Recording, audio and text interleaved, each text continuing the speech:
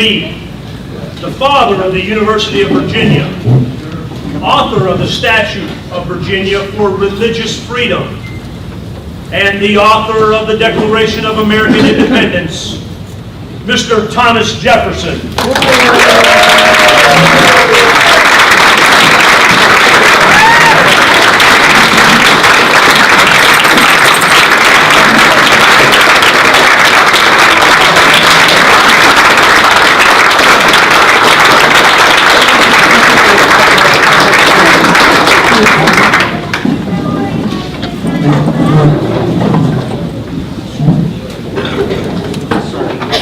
Thank you so much.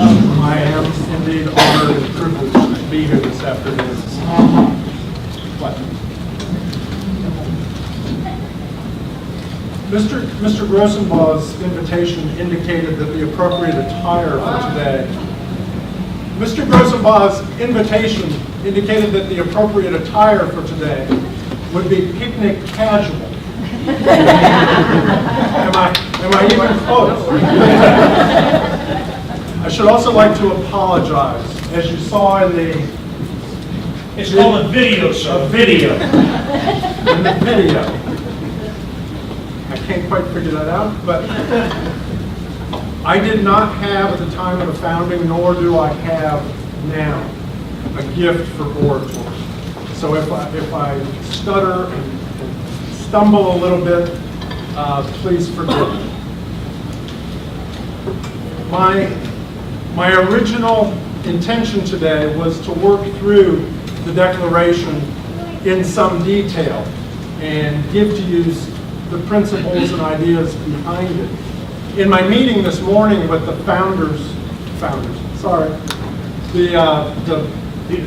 leadership of the Tampa 912, I've come to understand that they, and I presume you, probably know and understand the Declaration fairly well. I would like to go through it, but I'll go through it fairly quickly. What I would like to focus on a little more time is, based on my conversations with them this morning, this nation is in serious trouble. I don't know if you recognize it because you are here in the forest. Coming in from the outside, as I have this morning, I have a better perspective on it. And you've wandered far, far away from these principles and the Constitution is based on these principles.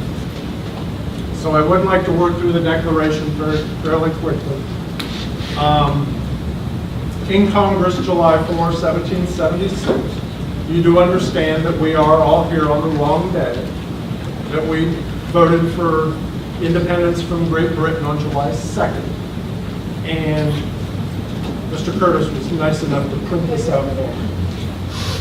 You know of John Adams's quote about how he thought that the day should be celebrated with games, sports, guns, bells, bonfires, and illuminations from one end of the continent to the other, from this day forward forevermore. What's often left off from that quote, and this is from a letter to Abigail on July 3rd, is the beginning of that, where he says, "The second day of July, 1776, will be the most memorable epoch in the history of America. I am apt to believe that it will be celebrated by succeeding generations as the great anniversary festival. It ought to be commemorated as the day of deliverance by solemn acts in devotion to Almighty God. It ought to be solemnized with pomp and parade, with shows, gunfire." He and many of the others on this document recognized a faith and a religion behind this document and the founding of this nation. Don't ever forget that. I hope I have time in a few minutes, and I hope Mr. Curtis will remind me. Apparently, my little quote in a letter, I didn't honestly remember this morning. It was a throwaway line about a separation between church and state, a wall. Apparently that has been, excuse my French, bastardized by current generations. It was not what I meant at all. But we'll discuss that in a little bit. Is Mrs. Brown here? Any other school teachers in the crowd? I apologize to you in advance for this obviously run-on sentence. When in the course of human events it becomes necessary for one people to dissolve the political bands which have connected them with another, and to assume among the powers of the earth the separate and equal station to which the laws of nature and of nature's God entitle them, a decent respect to the opinions of mankind requires that they should declare the causes which impel them to the separation. Are you going to force me to use some sort of modern technology?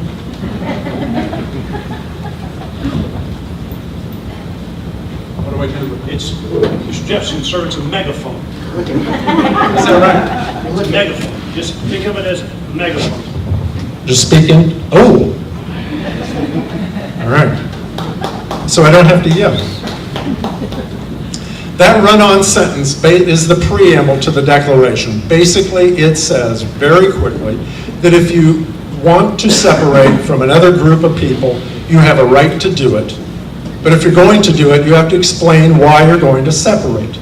And that is the purpose of this declaration.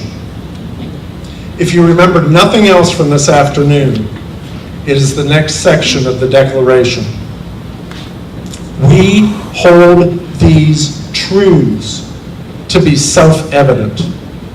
And there are four that's. Four that's. That all men are created equal. That they are endowed by their Creator with certain unalienable rights, that among these are life, liberty, and the pursuit of happiness.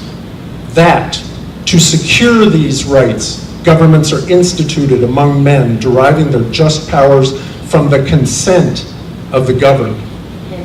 And that whenever any form of government becomes destructive of these ends, which the ends are to secure your life, liberty, pursuit of happiness, you have a right to change that government. Those are the four that's. That is what this document states. Those are the freedoms all men of all times have. All men are created equal. We had in mind, we were separating from a monarchy, and the monarchy thought themselves better than the average citizen. All men are created equal. Should I bring up the issue of slavery? It has to be brought up. Many of the men, including myself, were the owners of slaves. We understood we had that issue to deal with. But as mentioned on the video, we had to get the nation up and running.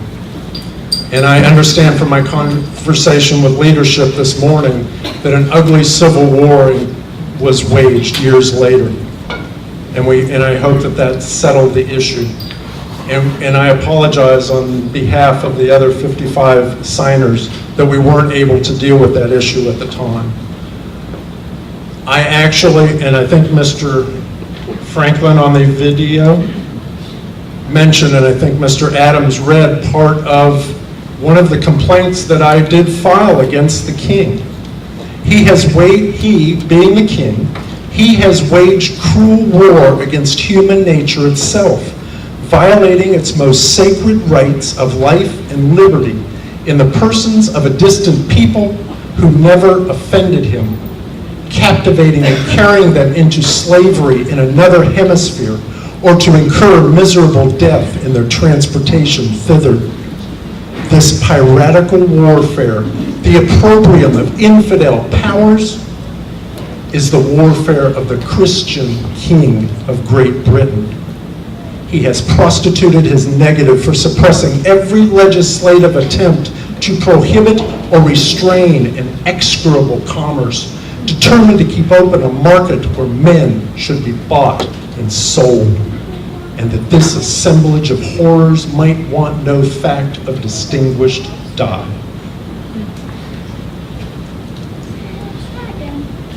Slavery was an abomination then.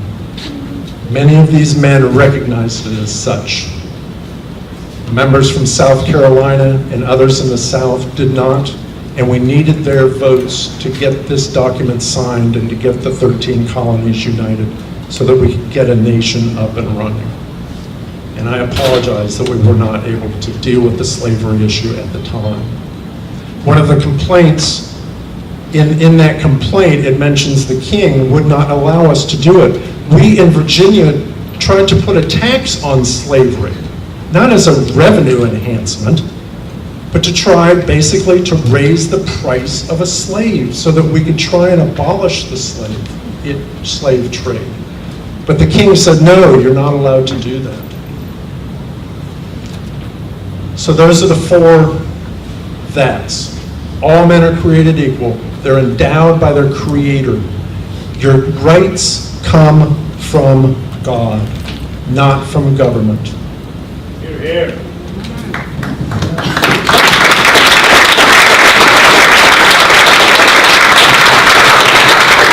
And it is a tyrannical government that will try and take those rights away from you. And it is what a government does, is moves towards tyranny. That's why the people have to constantly keep an eye on it and try and force it back into the box. The framers of the Constitution thought we had put those shackles on the government. I'm sad to say that, based on my conversations from this morning, either the shackles were not tight enough or the people have chosen to ignore those constraints against government. And that must change. Always remember that tyrannies develop over time and they do not disappear of their own volition. If left to fully develop, it does end in violence. You still have the chance to avoid that. You still have the power of the ballot box. But education of your fellow citizens, such as the quote up there I'm glad to see. If you don't think they understand your fellow citizens, grab them by the ears and tell them. Explain to them what they're losing, what they're giving away. All men are created equal. They're endowed by their Creator with certain unalienable rights, that among these are life, liberty, the pursuit of happiness. I understand abortion is an issue these days. My original draft of the Constitution, it said the preservation of life. I wonder if the other fellows that signed hadn't edited it and just changed it to life, if it had remained as the preservation of life. Maybe that would have some impact on your current argument as far as abortion goes.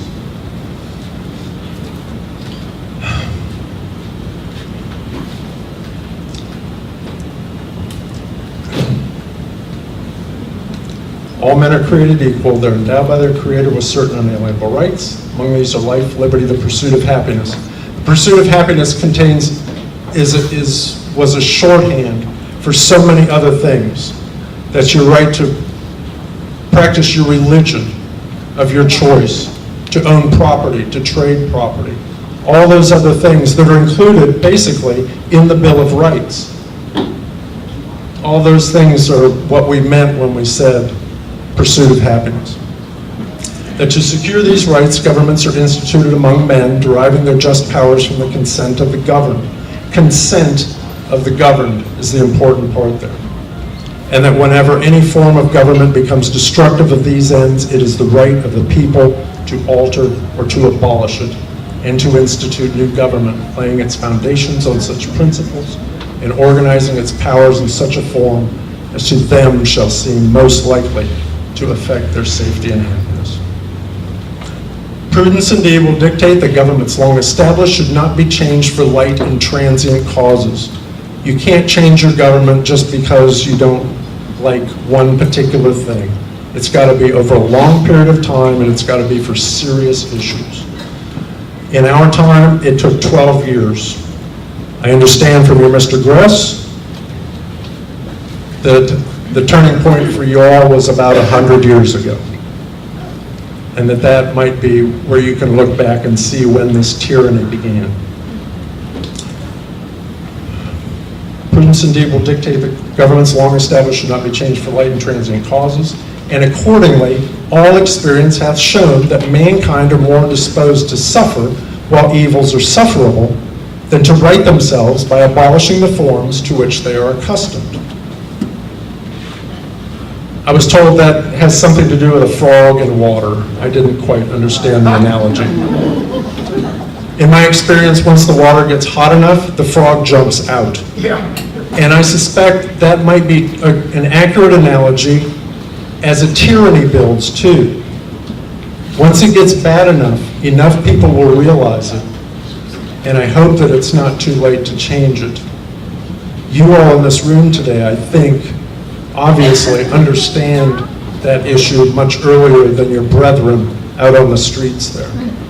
So it's your obligation again to speak with them and spread the words.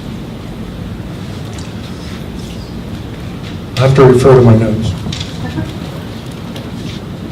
But when a long train of abuses and usurpations, pursuing invariably the same object, evinces a design to reduce them under absolute despotism, it is their right, it is their duty. It is their right, it is their duty to throw off such government and to provide new guards for their future security. Such has been the patient sufferance of these colonies, and such is now the necessity which constrains them to alter their former systems of government. And then I put in a line that really insulted the king, and maybe I shouldn't have. John Adams wasn't happy about that. I then listed the complaints against the king. Many of those were specific to the day that don't pertain to today, but many of them do. Taxation without representation apparently is the only one that most people mention when they talk about the Declaration. There are 27 complaints. Many of them have to do with legislation and how the king would not allow us to run our own states. We had our sovereignty. The states are sovereign. And the king would not allow us to do that.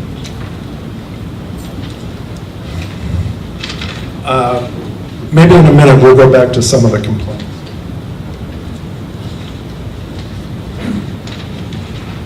In every stage of these oppressions, we have petitioned for redress in the most humble terms. Our repeated petitions have been answered only by repeated injury. A prince whose character is thus marked by every act which may define a tyrant is unfit to be the ruler of a free people. We sent petition after petition, olive branch after olive branch to the king, and he refused our petitions. We did not want to resort to war. He forced us to. We were also very upset with the British people. They were allowed to elect their members of parliament, and we beseeched them, please stop putting in these members of parliament that kept passing these laws which violated our rights here in the Americas. And I put in a long screed against our brethren in Great Britain. And some of the other members of the Second Continental Congress edited a lot of that out, and maybe that is for the best.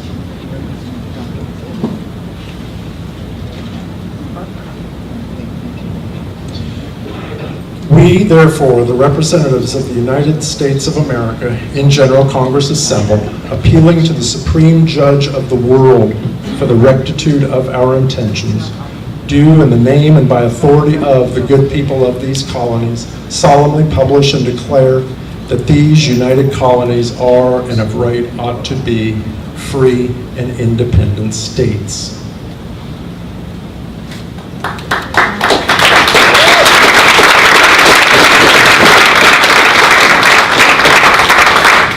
That was the point of the document.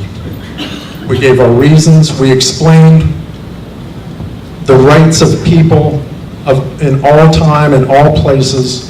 We gave the examples of why we were being how and why those rights were being violated in our specific example, and we said we're going to separate. And for the support of this declaration, with a firm reliance on the protection of divine providence, we mutually pledge to each other our lives, our fortunes, and our sacred honor. As you saw on the video, the king had rendered us traitors.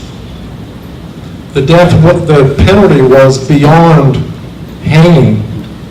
The penalty for treason was indeed death, but it was also loss of property, which meant that any of the 56 here and so many others, if they had been caught and found guilty of treason, they would have been killed, and it was a torturous death. It was not a quick hanging, but they would have lost their property as well, which meant that their families would have been destitute. So the pledging of our lives and our fortunes and our sacred honor was not a throwaway line there at the end. It was very real. Let me go back very quickly, because apparently Mr. Grossenbaugh's picnic ran very long this afternoon. Help me, if you can. One of the complaints against the king was he has erected a multitude of new offices and sent hither swarms of officers to harass our people and eat out their substance. IRS. Are there any current examples of that? NSA, FBI, IRS. What is this IRS you speak of? Joseph, get up.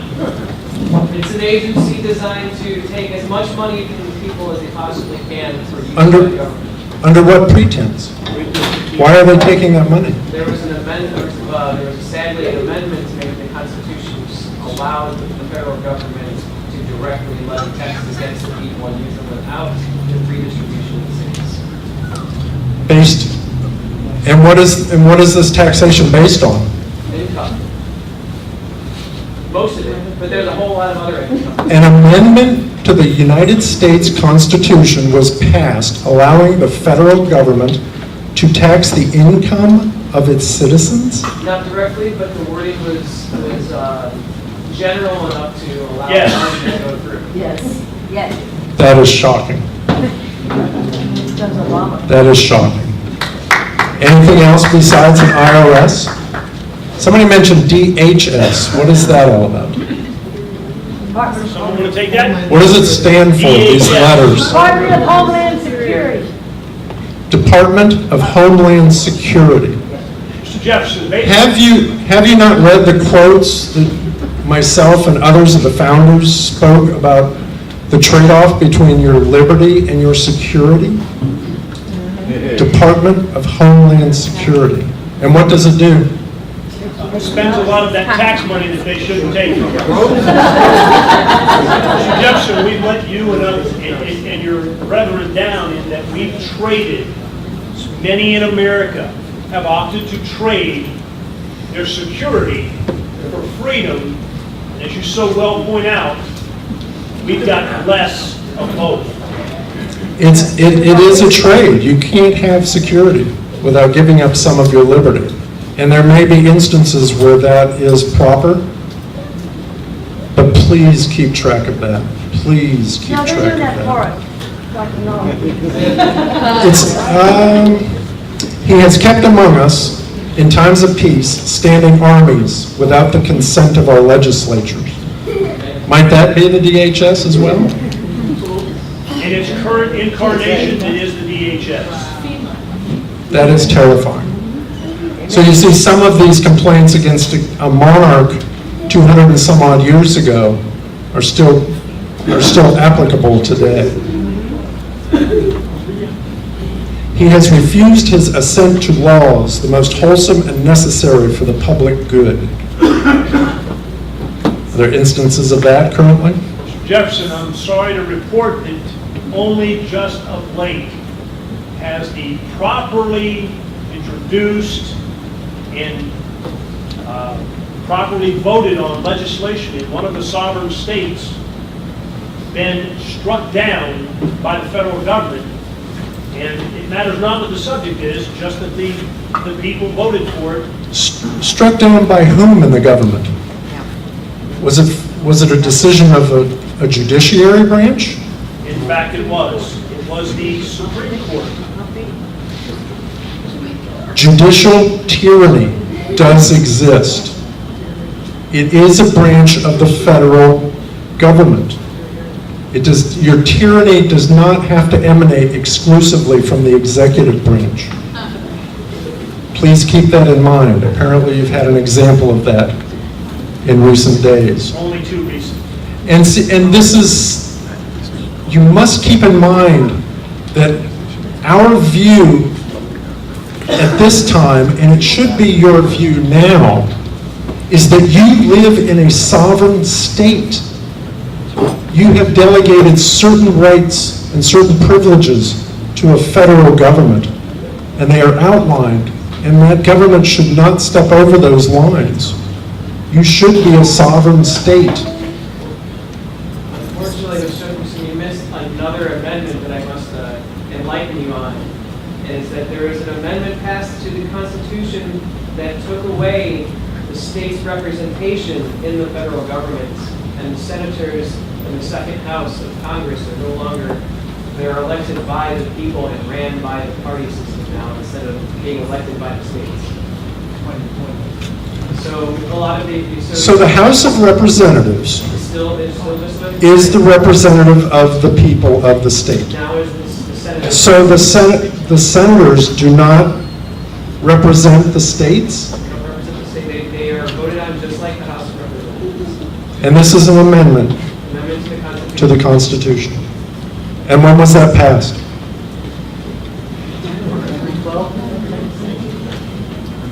1913. Didn't you mention that's just about the time? The House of Representatives was designed to represent the people. The Senate was designed to represent the states. If you have changed that by amendment to the Constitution, I would suggest that is part of your current problem, and you might want to see if you can amend that. One more question in the back. No, just a comment. Comment. And that is, the executive branch has also stated that they were going to set aside certain laws that were duly passed by the Congress. The latest being one that we don't like, but still it's not one that he has no power to do it, yet he's doing it. And that's the Obamacare, the health care, federal, the federal health care. They're saying now that certain portions of it will not be enacted, even though they are required by law to be enacted. So the law is passed and the executive branch chooses whether it's going to enforce it or not. Yes, The right. executive branch is the one that wrote it. True. You have a mess on your hands. Yeah. I have seen such amazing things since I have been here today.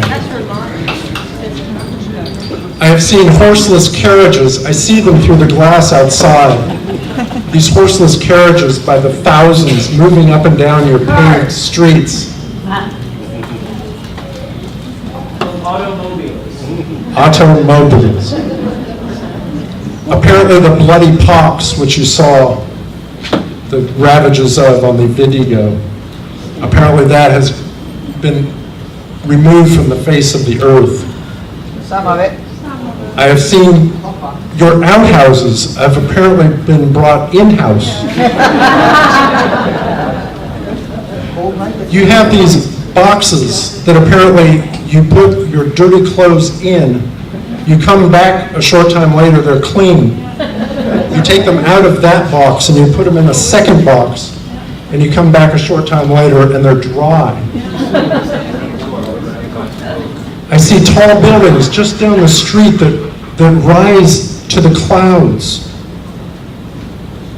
Apparently you make some sort of storage in the cloud now. We put our important papers in in boxes and put them in the attic or down in the cellar. You have somehow these same horseless carriages I see flying through the sky into the clouds. You have brought winter's air into your buildings in the middle of July. And somehow you have put these candles into the ceiling to illuminate your rooms. These are all absolutely amazing inventions. Don't forget Twinkies. I'm amazed by all of that.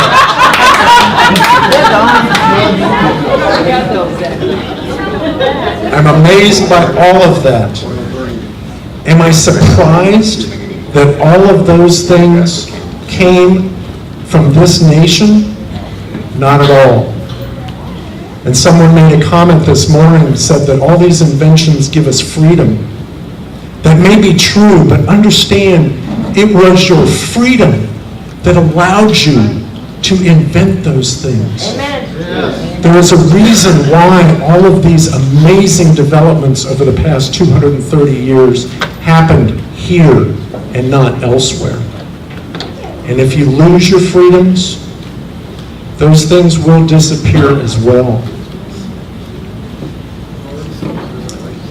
It occurs to me that signs of a tyranny might be if those horseless carriages out on the street, if somehow the federal government insisted that black boxes were put in them so that they could find out where you were. Yeah, right, they're doing it. The bloody pox that apparently your medical systems have allowed to eradicate, if somehow the federal government came to control your medical, that might be a sign of tyranny. Tell me about it. If those boxes that you put your clothes in to wash them and dry them, if because of federal regulations you can no longer build them in this country,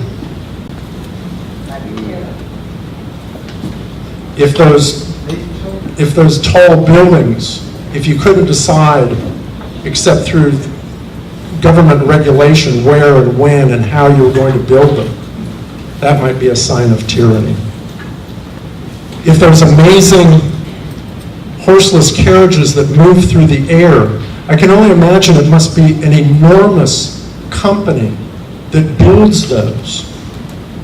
If they decided that they wanted to open a new plant in another part of the country, and your government, through one of these organizations of the government, said they couldn't do that, that might be a sign of tyranny. If the outhouses that you have brought indoors, if the federal government were to tell you how much water you could use in there, that might be a sign of tyranny. And these amazing candles in your ceiling, if the government were to somehow tell you that certain types of those were not yours to choose, that they would say yes or no. These are all signs of tyranny, and they happen slowly over time. Keep track of those abuses. That is basically the Declaration for Independence. What I would like to do, if you still have time, I would like to recite it. It'll take about 15 minutes if you'll indulge me. Would you like me to do it? Yes. I understand Mr. Grossenbach spoke with some members of the audience which are going to help me with this. If I could meet with just 2 or 3 of them in the back, and then I'll take the stage and we'll do it. We hold these truths to be self-evident, that all men are created equal, that they are endowed by their Creator with certain unalienable rights, that among these are life, liberty, and the pursuit of happiness, that to secure these rights, Governments are instituted among men, deriving their just powers from the consent of the governed. That whenever any form of government becomes destructive of these ends, it is the right of the people to alter or to abolish it, and to institute new government, laying its foundations on such principles and organizing its powers in such a form as to them shall seem most likely to affect their safety and happiness. Prudence, indeed, will dictate that governments long established should not be changed from light, transient causes, and accordingly, all experience hath shown that mankind are more disposed to suffer, while evils are sufferable, than to right themselves by abolishing the forms to which they are accustomed. But when a long train of abuses and usurpations, pursuing invariably the same object, evinces a design to reduce them under absolute despotism, it is their right, it is their duty to throw off such government and to provide new guards for their future security. Such has been the patient sufferance of these colonies, and such is now the necessity which constrains them to alter their former systems of government. The history of the present King of Great Britain is a history of repeated injuries and usurpations, all having a direct object the establishment of an absolute tyranny over these states. To prove this, let facts be submitted to a candid world.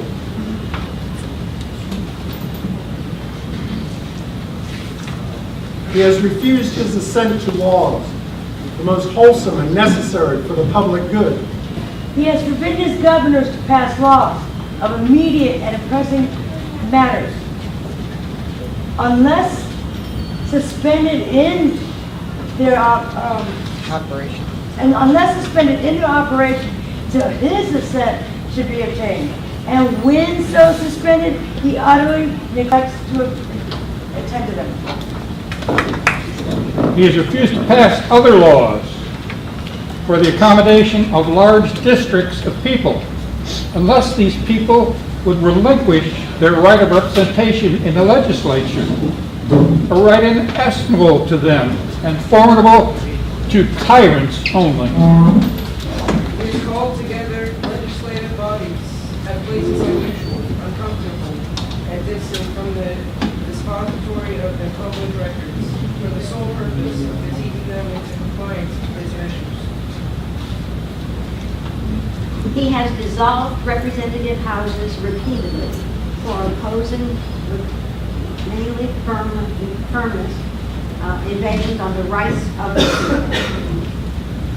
He has refused for a long time, after such dissolution, to cause others to be elected, whereby the legislative powers, incapable of annihilation, have returned to the people at large for their exercise.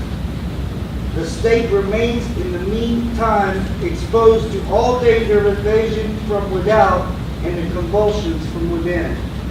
He has endeavored to prevent the population of these states, for that purpose obstructing the laws for naturalization of foreigners, refusing to pass others to encourage their migrations hither, and raising the conditions of new appropriations of lands. He has obstructed the administration of justice by refusing his assent to laws for establishing judiciary powers.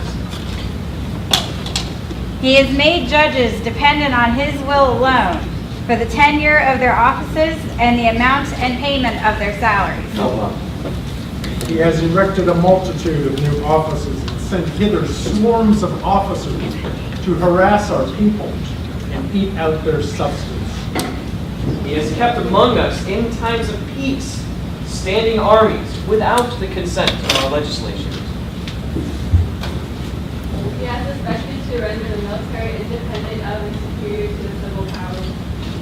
He has combined with us to subject us to to a jurisdiction foreign to our Constitution and unacknowledged by our laws, giving his assent to their acts of pretended legislation. For quartering large bodies of troops armed among us.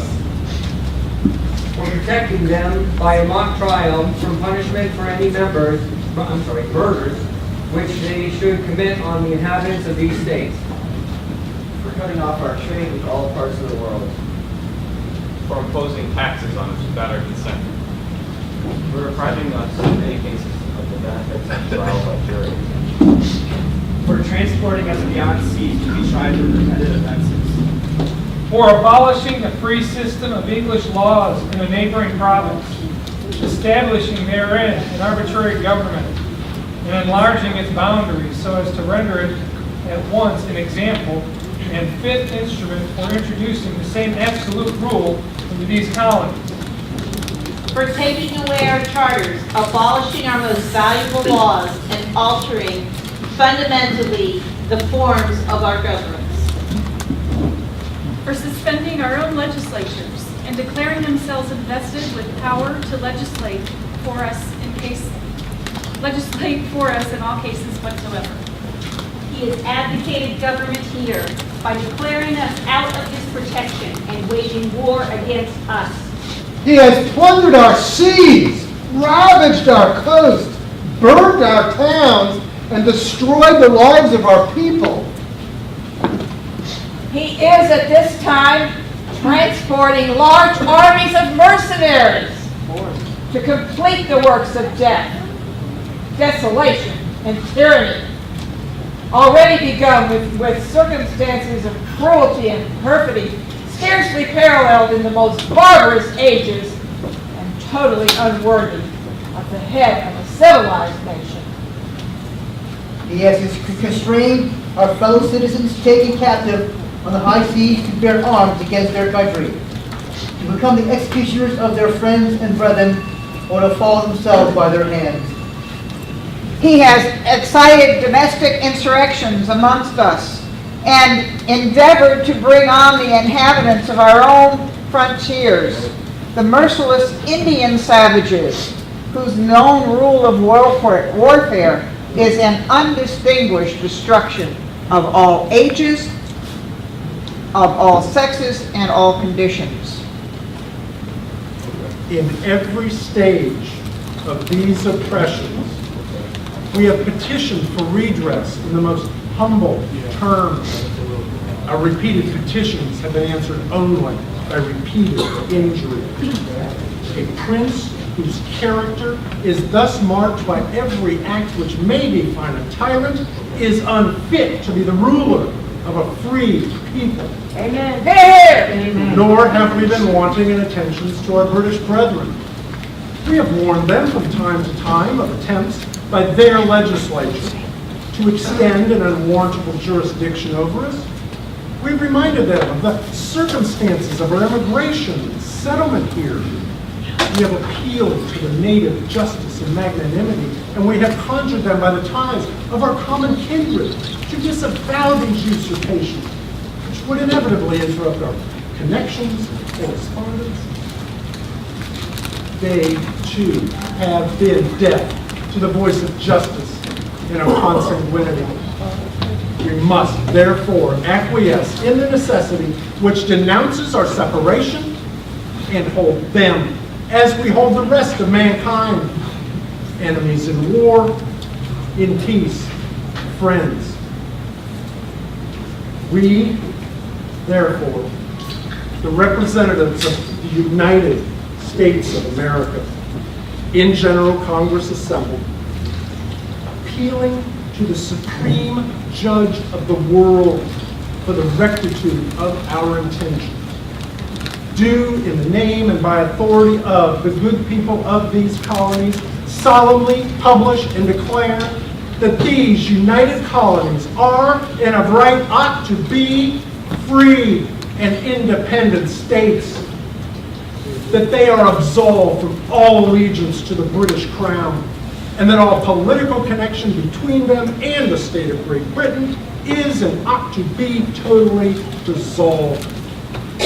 and that as free and independent states, they have full power to levy war, conclude peace, contract alliances, establish commerce, and to do all other acts and things which independent states may of right do. And for the support of this declaration, with a firm reliance on the protection of divine providence, we mutually pledge to each other our lives, our fortunes, and our sacred honor.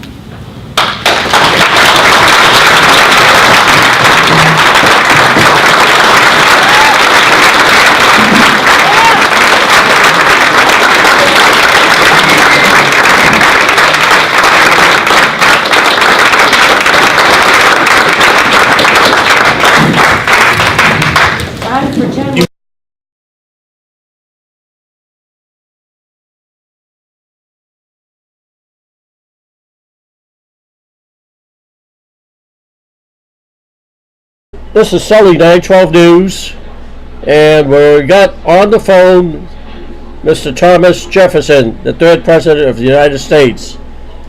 Mr. President, how are you doing? I'm just fine, Sully. Thank you so much.